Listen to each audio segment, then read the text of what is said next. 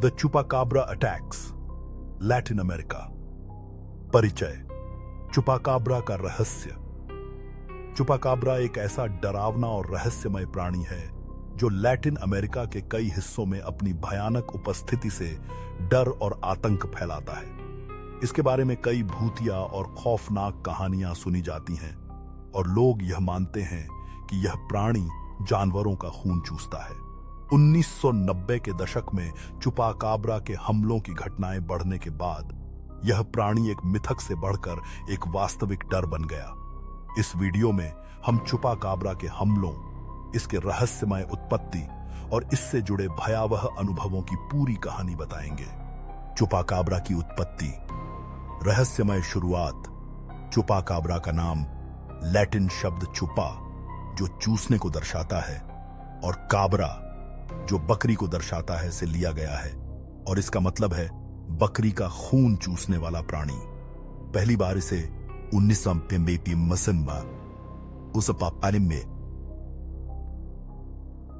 में पुर्तो रिको में देखा गया, जब वहां के स्थानीय निवासियों ने दावा किया कि एक अजीब प्राणी उनकी बकरियों और अन्य छोटे जानवरों का खून चूसकर भाग जाता था। इसके बाद से यह प्राणी कई अन्य लैटिन अमेरिकी देशों में दिखाई दिया और एक डरावनी कहानी बन गया। चुपाकाब्रा के हमले। खून चूसने की खौफनाक घटनाएं। चुपाकाब्रा के हमले में यह प्राणी अपनी शिकार का खून चूसता है और फिर उसे मृत छोड़कर जंगलों या खेतों में छिप जाता है। 1950 में पुर्तो रिको में पहली बार इसके हमले की खबर आई थी और उसके बाद धीरे धीरे लैटिन अमेरिका के अन्य देशों में भी इस प्राणी के हमले सामने आने लगे। लोग बताते हैं कि चुपाकाब्रा द्वारा शिकार किए गए जानवरों में बकरियां, मुर्गे, बत्तख और छोटे कुत्ते शामिल थे। इन जानवरों के शरीर पर अजीब निशान पाए जाते थे, जैसे कि गर्दन और मुंह के पास के हिस्सों पर छेद, जिनसे खून बह चुका होता था। चुपाकाब्रा के हमले को लेकर कई डरावनी घटनाएं सामने आईं। 1995 में पुर्तो रिको में जिन लोगों ने चुपाकाब्रा को देखा, उनका कहना था कि यह प्राणी एक अजीब सी कुत्ते जैसी शक्ल का था, जिसकी आंखें लाल और चमकदार थीं। इसके शरीर पर खुरदुरे बाल थे और उसकी त्वचा पर एक गहरे रंग की चमक थी। यह प्राणी रात के अंधेरे में अपनी शिकार की तलाश में निकलता था और फिर चुपके से हमला करता था। चुपाकाब्रा का रूप और विशिष्टताएं। चुपाकाब्रा के रूप को लेकर कई अलग अलग बयान और गवाहियां हैं। कुछ लोग इसे एक कुत्ते जैसी आकृति का मानते हैं, जिसका शरीर पतला और लंबा होता है। इसकी पूंछ नहीं होती और इसके मुंह में तेज दांत होते हैं। इसके अलावा इसकी त्वचा खुरदुरी होती है और शरीर पर छोटे बाल होते हैं। गवाहों का कहना है कि चुपाकाब्रा की आंखें लाल और चमकदार होती हैं और वह अपनी शिकार का खून चूसने के बाद उस स्थान से तुरंत भाग जाता है।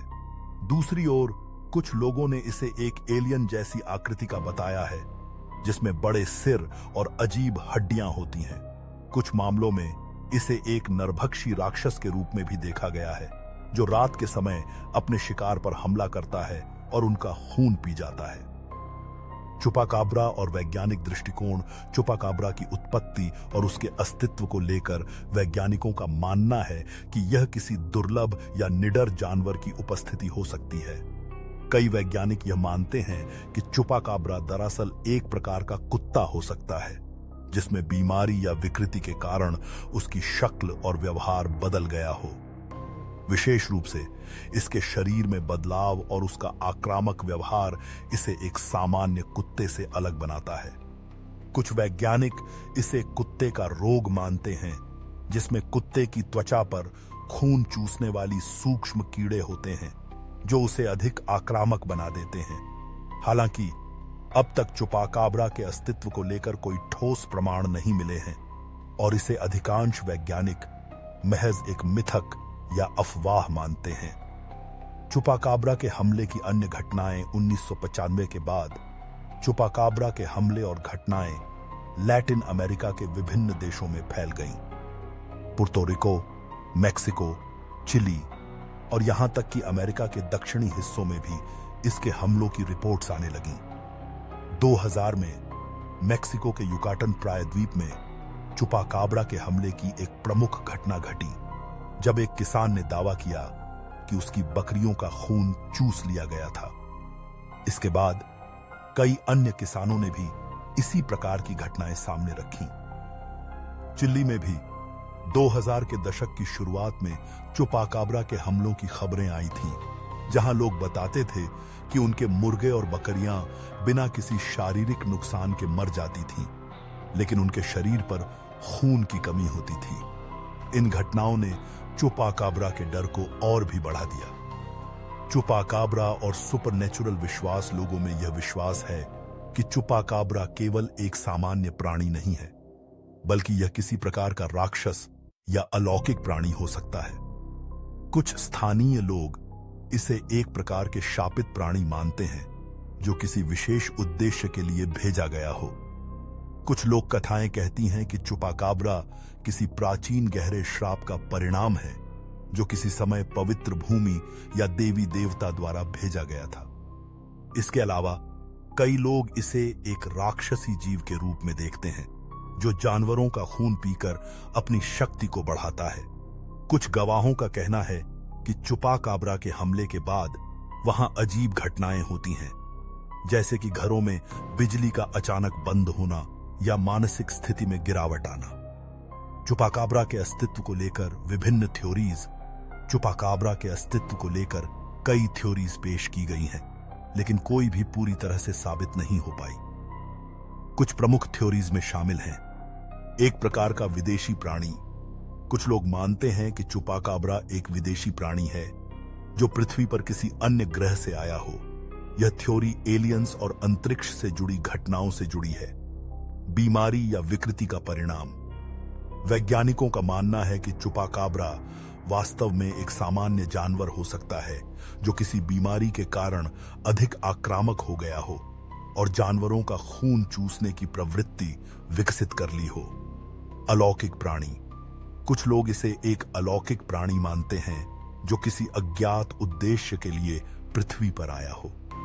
चुपाकाब्रा का डर और स्थानीय लोग चुपाकाब्रा के हमले का डर अब भी लैटिन अमेरिका के कई हिस्सों में कायम है। लोग रात के समय अपने पशुओं को बाहर छोड़ने से डरते हैं और कई परिवार अपनी सुरक्षा के लिए घरों के चारों ओर बाड़ें और तार लगाए रखते हैं। स्कूलों और स्थानीय समुदायों में इस प्राणी के बारे में शिक्षाएं दी जाती हैं और बच्चों को इसे लेकर चेतावनी दी जाती है। चुपाकाब्रा ने न केवल लैटिन अमेरिका में बल्कि दुनिया भर में अपनी डरावनी पहचान बनाई है। यह प्राणी अब एक रहस्य बन चुका है जो हमेशा लोगों के दिलों में डर और आशंका उत्पन्न करता है। निष्कर्ष, चुपाकाब्रा का अस्तित्व। चुपाकाब्रा की कहानी अब तक एक रहस्य बनी हुई है।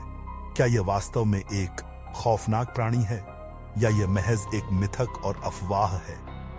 आज भी चुपाकाब्रा के बारे में सवाल उठते हैं और यह पूरी दुनिया में एक डरावनी और रहस्यमय कहानी के रूप में जीवित है।